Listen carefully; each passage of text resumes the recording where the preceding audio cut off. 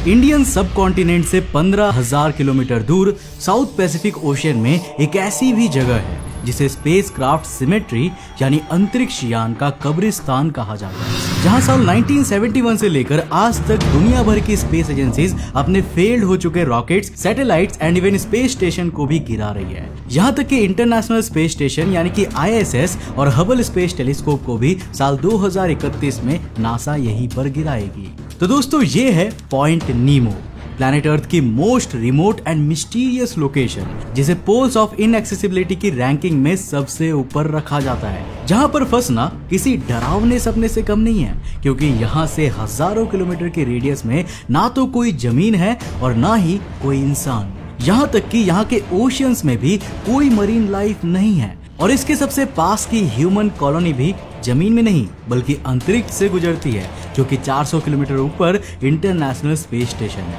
तो देखो, पॉइंट नीमो को समझने से पहले हमें पोल्स ऑफ इनएक्सेसिबिलिटी को समझना होगा। पोल्स ऑफ इनएक्सेसिबिलिटी अर्थ पर मौजूद कुछ ऐसी जियोग्राफिक लोकेशंस को कहा जाता है जहां पहुंच पाना सबसे ज्यादा चैलेंजिंग होता है, क्योंकि ये लोकेशंस अर्थ के ऐसे प्लेसेस होते हैं जहां इनमें सबसे पास का कोई आइलैंड या फिर कॉन्टिनेंट हजारों किलोमीटर की दूरी पर हो सकता है, यानी पास की ह्यूमन कॉलोनी और इमरजेंसी में मिलने वाली मदद भी आपसे हजारों किलोमीटर दूर होगी, जिसके कारण इन जगहों पर पहुंचना और फिर वहां पर बिना किसी हेल्प के सरवाइव कर पाना ऑलमोस्ट इम्पॉसिबल होता है। इस तरह की लोकेशंस को scientist computer models and satellite mapping technology जैसे GSHHS, global self consistent hierarchical high resolution shorelines and open street map की मदद से कैलकुलेट करते जाते हैं, जिनके बेसिस पर वैज्ञानिकों ने पूरे अर्थ पर मेजरली 9 पोल्स ऑफ इनएक्सेसिबिलिटी को ढूंढा है, जिन्हें हम 2 डिफरेंट ग्रुप्स में डिवाइड कर सकते हैं, जिनमें से पहला है ओशियानिक पोल्स ऑफ इनएक्सेसिबिलिटी और दूसरा है land based poles of inaccessibility. Well, यहाँ पर आप सोच रहे होंगे कि हमें ऐसी जगह जाना ही क्यों है जहाँ सरवाइव करना ऑलमोस्ट इम्पॉसिबल होता है। तो इसका जवाब है साइंटिफिक रिसर्च के लिए। और इसी तरह की एक रिसर्च इस समय जेनेवा स्विट्जरलैंड में मौजूद 27 किलोमीटर में फैले लार्ज हेड्रॉन कोलाइडर यानी कि LHC पर चल रही है, जहाँ 100 देशों के 10,000 वैज्ञानिक मिलकर world's largest and most powerful particle accelerator की मदद से यूनिवर्स के फंडामेंटल लॉज और पार्टिकल्स पर सबसे बड़ी रिसर्च कर रहे हैं। और ये वो जगह है जहाँ वैज्ञानिक एंटी मैटर को भी क्रिएट करते हैं। Now coming back to the topic. अब दोस्तों, ये अभी आप जो ग्लोबल मैप देख रहे हैं, इनमें ये रेड स्पॉट्स ऐसे पोल्स ऑफ इनएक्सेसिबिलिटी है जो कि जमीन पर मौजूद है पर ओशियन की कोस्ट लाइन से काफी ज्यादा दूर है। इसके अलावा जो आप ब्लू स्पॉट्स देख रहे हैं वो ओशियंस में मौजूद पोल्स ऑफ इनएक्सेसिबिलिटी है। एंड डिकेड्स की रिसर्च और एक्सप्लोरेशन के बाद यही देखा गया है कि ओशियानिक पोल्स ऑफ इनएक्सेसिबिलिटी तक पहुंचना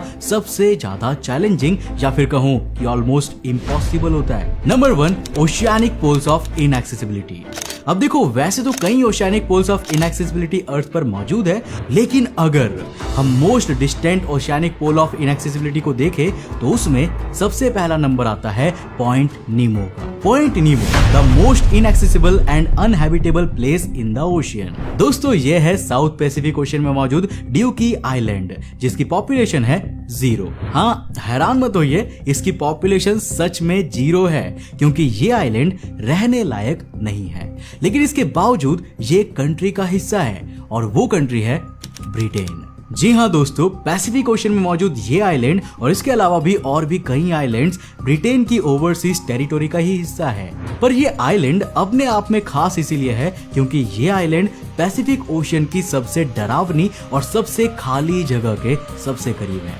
जो कि है द पॉइंट नीमो। तो साल 1992 में हवोजे लुकाटेला नाम के कनेडियन रशियन इंजीनियर ने जियोस्पाशियल नाम के कंप्यूटर प्रोग्राम की मदद से पैसिफिक ओशन में एक ऐसे पॉइंट का पता लगाया जो किसी भी जमीन से सबसे ज्यादा दूर हो। और जब इस पॉइंट की डिस्कवरी हुई तो वैज्ञानिक इस जगह की एम्प्टीनेस से इतना ज्यादा प्रभावित हुए कि उन्होंने इसे पॉइंट नीमो नाम दे दिया, जो कि जूल्स वर्न्स के famous novel 20,000 leagues under the sea के कैरेक्टर कैप्टन नीमो से इंस्पायर्ड था। इसके अलावा इस नाम की एक और स्पेशलिटी ये है कि लैटिन लैंग्वेज में इस वर्ड का मतलब होता है नोबडी, जो कि पॉइंट नीमो पर बिल्कुल फिट बैठता है, क्योंकि दुनिया के सबसे बड़े पैसिफिक ओशन में मौजूद पॉइंट नीमो का खालीपन अपने आप में किसी मिस्ट्री से कम नहीं है। वैसे मार्स प्लैनेट के टोटल एरिया जितना बड़ा पैसिफिक ओशन भी अपने आप में किसी मिस्ट्री की तरह है, जिसे देखकर हमेशा हमारे मन में ये सवाल जरूर आता है कि अर्थ के सबसे बड़े ओशन में कोई बड़ा कॉन्टिनेंट क्यों नहीं है। और अगर आपको भी इसका जवाब जानना है कि ऐसा क्यों है, तो आप हमारा ये वाला वीडियो जरूर देखना। लिंक ऊपर आई के बटन पर मिल जाएगा, जिसमें हमने पैसिफिक ओशन में कॉन्टिनेंट्स ना होने की वजह को काफी डिटेल में एक्सप्लेन किया है। पर अभी के लिए वीडियो पर वापस आते हैं। साउथ पैसिफिक ओशन में 48 degree 52.6 minute south, 123 degree 23.6 minute west के कोऑर्डिनेट पर मौजूद पॉइंट नीमो एक ऐसा रीजन है जो अर्थ की सबसे रिमोट एंड लाइफलेस जगह है, जहां आपको आसपास कुछ भी देखने को नहीं मिलेगा, यहां तक कि कोई मछलियां भी नहीं, क्योंकि साउथ पैसिफिक जायर यानी ओशियानिक करंट्स के कारण ओशन के इस इलाके में वो न्यूट्रिएंट्स कभी पहुंच ही नहीं पाते जो मछलियों या किसी भी मरीन लाइफ के लिए जरूरी होता है। इसीलिए पॉइंट नीमो या इसके आसपास किसी भी तरह का कोई भी जीवन मौजूद नहीं है, और एज आई सेड जमीन भी नहीं है, क्योंकि जो ड्यूकी आइलैंड इसके सबसे ज्यादा करीब है उससे भी पॉइंट नीमो तक की दूरी 2688 किलोमीटर है, जो अर्थ के किसी भी ओशियानिक पॉइंट से जमीन तक की सबसे ज्यादा दूरी है।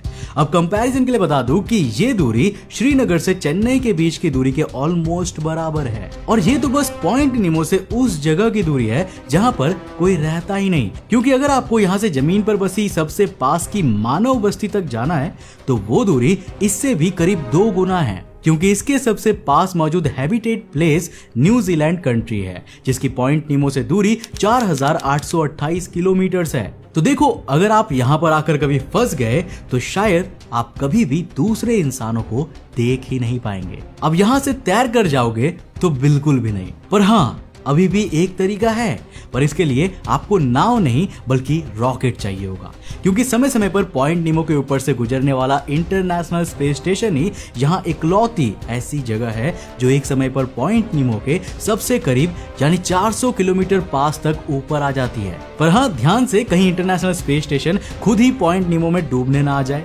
Yes, you heard it right, क्योंकि 2031 में नासा का प्लान है कि वो इंटरनेशनल स्पेस स्टेशन को रिटायर करके पैसिफिक ओशन के पॉइंट नीमो रीजन में डुबा दे, क्योंकि किसी भी इंसानी बस्ती से इसकी दूरी और यहाँ पर किसी भी तरह की मरीन लाइफ ऑलमोस्ट ना मौजूद होने के कारण ये लोकेशन दुनिया भर की स्पेस एजेंसियों के लिए अपने खराब हो चुके rockets, satellites and even space station को भी क्रैश करने का फेवरेट स्पॉट बन चुकी है। इसलिए स्पेस एजेंसी साल 1971 से ही पॉइंट नीमो को स्पेसक्राफ्ट सिमेट्री की तरह यूज कर रही है। इसके बारे में आपको विकिपीडिया पर एक पूरा आर्टिकल देखने को भी मिल जाएगा, जहां आज तक 263 से ज्यादा स्पेस डिब्रीज मौजूद है, जिनमें साल 1971 में आज के रशिया और उस समय के यूएसएसआर द्वारा लॉन्च किया गया ह्यूमन हिस्ट्री का पहला स्पेस स्टेशन सैल्यूट, जिसे 175 दिन स्पेस में बिताने के बाद साल 1971 में यहां पर डुबा दिया गया था, जिसके बाद अगेन यूएसएसआर द्वारा साल 1986 में लॉन्च किया गया मिर स्पेस स्टेशन, जिसे भी साल 2001 में अर्थ के एटमॉस्फेयर में री एंट्री कराते हुए पॉइंट नीमो में डुबा दिया गया। इसके अलावा अमेरिका और यूरोप के भी कई सैटेलाइट्स और रॉकेट यहाँ पर डूबी हुई है, और रिसेंटली नासा ने अनाउंस किया है कि वो आईएसएस और हबल स्पेस टेलीस्कोप को भी यहीं पर डुबाएगी। पर यहाँ सबसे बड़ा सवाल आता है पोल्यूशन का। देखो, वैसे तो पॉइंट नीमो ओशन की एक खाली जगह है, और क्योंकि यहाँ कई हजार किलोमीटर तक आसपास कोई देश या फिर ह्यूमन कॉलोनी मौजूद नहीं है, इसलिए पॉइंट नीमो पर किसी भी कंट्री का कोई भी कानून लागू नहीं होता, और इसीलिए दुनिया भर की स्पेस एजेंसीज यहाँ पर बिना किसी रोक टोक के अपने स्पेस डिब्रीज को गिराते रहते हैं। पर यूनाइटेड नेशन, जो कि ऑलमोस्ट सभी कंट्रीज का एक ग्रुप है, उसके 2 ऐसे लॉज है जो पॉइंट नीमो पर भी अप्लाई होते हैं। इनमें सबसे पहला लॉ है आउटर स्पेस ट्रीटी, जिसके मुताबिक अर्थ के एटमॉस्फेयर में री एंट्री के दौरान अगर कोई स्पेसक्राफ्ट का टुकड़ा किसी देश की टेरिटोरी में गिरता है तो इससे इस ट्रीटी का उल्लंघन माना जाएगा, और जिस भी कंट्री की स्पेस एजेंसी का वो टुकड़ा होगा उस पर एक्शन लिया जाएगा। पर ज्यादातर यही देखा जाता है कि किसी भी कंट्री में किसी दूसरे देश की स्पेस एजेंसी की स्पेस डिब्रीज गिरने के बावजूद भी वे ज्यादातर अनक्लेम्ड ही रहती है, जिसका सबसे अच्छा एग्जांपल तो चाइना ही है, जिसके रॉकेट पार्ट्स आए दिन उसके पड़ोसी देशों पर गिरते ही रहते हैं, पर ना तो कभी चाइना पर एक्शन हुआ है और ना ही चाइना ने इन पार्ट्स को कभी क्लेम किया है। इसके बाद बारी आती है दूसरे लॉ की, जिसका नाम है United Nations convention law of the sea, जिसके मुताबिक पॉइंट नीमो या फिर ओशन के किसी भी हिस्से में गिरने वाली स्पेस डिब्रीज में कोई भी हार्मफुल एंड टॉक्सिक मटेरियल नहीं होना चाहिए जो ओशियंस को पोल्यूट करे। अब देखो, ये लॉ इसीलिए भी जरूरी होता है क्योंकि स्पेसक्राफ्ट में highly toxic rocket propellant hydrazine का प्रयोग किया जाता है और ज्यादातर यही देखा जाता है कि ये फ्यूल रॉकेट के ऐसे हिस्से में होता है जो एटमॉस्फेयर में एंट्री करने के बावजूद भी जल नहीं पाता और फिर ये ओशन में गिरकर उन्हें पोल्यूट करता ही है। वैसे यहाँ पर आपके दिमाग में एक सवाल आ रहा होगा कि पॉइंट नीमो कहे जाने वाले इस छोटे से रीजन में क्या इंटरनेशनल स्पेस स्टेशन इसमें फिट हो जाएगा? तो देखो, मैं आपको बता दूं कि भले ही हम इसे पॉइंट नीमो कह रहे हैं, लेकिन ये पॉइंट पैसिफिक ओशन में कई लाख किलोमीटर में फैला है, जिसका साइज फ्रांस जैसी कंट्री के टोटल एरिया से भी 34 गुना है और इंडिया से 6 गुना बड़ी है। तो चलो अब आते हैं इस वीडियो के सेकंड पार्ट में, land based poles of inaccessibility. अब दोस्तों, जैसा कि नाम से ही पता चल रहा है कि ये पोल्स ऑफ इनएक्सेसिबिलिटी समुद्र में नहीं बल्कि जमीन पर होंगे। Number 1, northern pole of inaccessibility, जिसे कई बार आर्कटिक पोल भी कहा जाता है क्योंकि ये आर्कटिक आइलैंड पर मौजूद है, जिसके coordinates 85 degree 48 minute north, 176 degree 9 minute west है, जिसके सबसे पास की कोस्ट लाइन यहाँ से 1008 किलोमीटर दूर है। वैसे साल 2000 से पहले इसके कोऑर्डिनेट को गलत कैलकुलेट किया गया था, जहां पहुंचने के कई लोगों ने दावे भी किए थे जिनके कोई प्रूफ नहीं है। पर साल 2005 में एक्सप्लोरर जिम मैकनील ने National Snow Ice Data Center and Scott Polar Research Institute के वैज्ञानिकों की मदद से नॉर्दर्न पोल ऑफ इनएक्सेसिबिलिटी के राइट कोऑर्डिनेट्स को दोबारा से कैलकुलेट किया, जिसमें मॉडर्न जीपीएस और सैटेलाइट टेक्नोलॉजी यूज की गई है।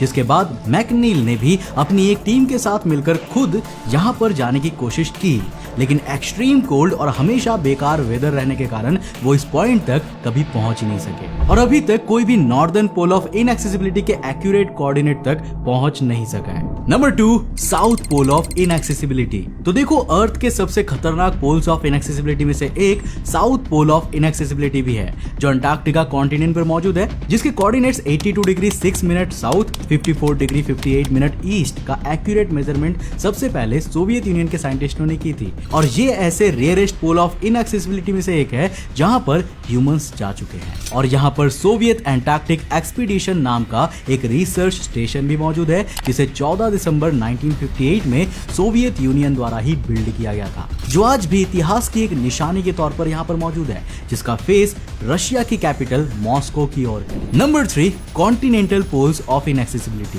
तो देखो, अर्थ के डिफरेंट कॉन्टिनेंट्स पर भी वैज्ञानिकों ने कई ऐसे पोल्स ऑफ इनएक्सेसिबिलिटी को कैलकुलेट किए हैं जिनकी जियोग्राफिक लोकेशन काफी ज्यादा एक्सट्रीम है और उनकी सबसे क्लोज की कोस्ट लाइन भी उस कॉन्टिनेंट पर मौजूद किसी भी और पॉइंट से सबसे ज्यादा दूरी पर मौजूद है। अब इनमें सबसे पहला नंबर आता है यूरेशियन पोल ऑफ इनएक्सेसिबिलिटी का, जो चाइना और कजाकिस्तान के बॉर्डर पर मौजूद एक पॉइंट है, जिसके कोऑर्डिनेट्स है 46 degree 17 minute north, 86 degree 40 minute east, जिसके मुताबिक इसके सबसे पास की कोस्ट लाइन 2645 किलोमीटर दूर है। ये एक रेगिस्तानी इलाका है जहां पर किसी भी तरह का कोई भी ह्यूमन सेटलमेंट नहीं है और क्योंकि ये बॉर्डर के काफी क्लोज है, इसलिए यहाँ पर जाना काफी मुश्किल है। इसके बाद दूसरा continental poles of inaccessibility Africa में है, जिसके coordinates 5.65 degree north, 26.17 degree east है, जो पॉइंट अपने सबसे पास की कोस्ट लाइन से करीब 1800 किलोमीटर दूर है और ये 3 कंट्रीज के बॉर्डर के करीब है, जहां इसके एक तरफ सेंट्रल अफ्रीकन रिपब्लिक है तो दूसरी ओर South Sudan and Democratic Republic of Congo है। अब तीसरे नंबर का continental poles of inaccessibility North America में मौजूद है, जो अमेरिका के साउथ डकोटा स्टेट से करीब 11 किलोमीटर की दूर की एक बंजर जगह है, जिसके कोऑर्डिनेट्स है 43.36 डिग्री नॉर्थ, 101.97 डिग्री वेस्ट। अब इसके सबसे पास की कोस्ट लाइन इससे करीब 1650 किलोमीटर दूर है और ये जगह भी अपनी एक्सट्रीम वेदर के कारण काफी चैलेंजिंग है। चौथा कॉन्टिनेंटल पोल्स ऑफ इनएक्सेसिबिलिटी भी अमेरिकन कॉन्टिनेंट पर ही मौजूद है, जो इसके साउथ में मौजूद मैक्सिको कंट्री में 14.05 degree south, 56.85 degree west coordinate पर मौजूद है, जो क्लोजेस्ट कोस्टल लाइन से 1500 किलोमीटर दूर है। और पांचवा continental poles of inaccessibility Australia में है, 23.17 डिग्री साउथ और 132.27 डिग्री ईस्ट कोऑर्डिनेट पर क्लोजेस्ट कोस्टल लाइन से 920 किलोमीटर दूर है, जो ऑस्ट्रेलिया के कुछ सबसे बंजर जगहों में से एक है, जहाँ ना आसपास पानी है और ना ही दूर दूर तक कोई इंसानी बस्ती है। तो दोस्तों अब बात करते हैं कंक्लूजन की। अब वैसे तो ये सभी पोल्स ऑफ इनएक्सेसिबिलिटी अपने आप में काफी यूनिक और चैलेंजिंग है, लेकिन फिर भी लंबे समय से वैज्ञानिकों का फेवरेट पॉइंट नीमो ही रहा है, जिसका एक कारण इससे जुड़ी एक मिस्ट्री है। तो देखो, साल 1997 में अमेरिका के national oceanic and atmospheric administration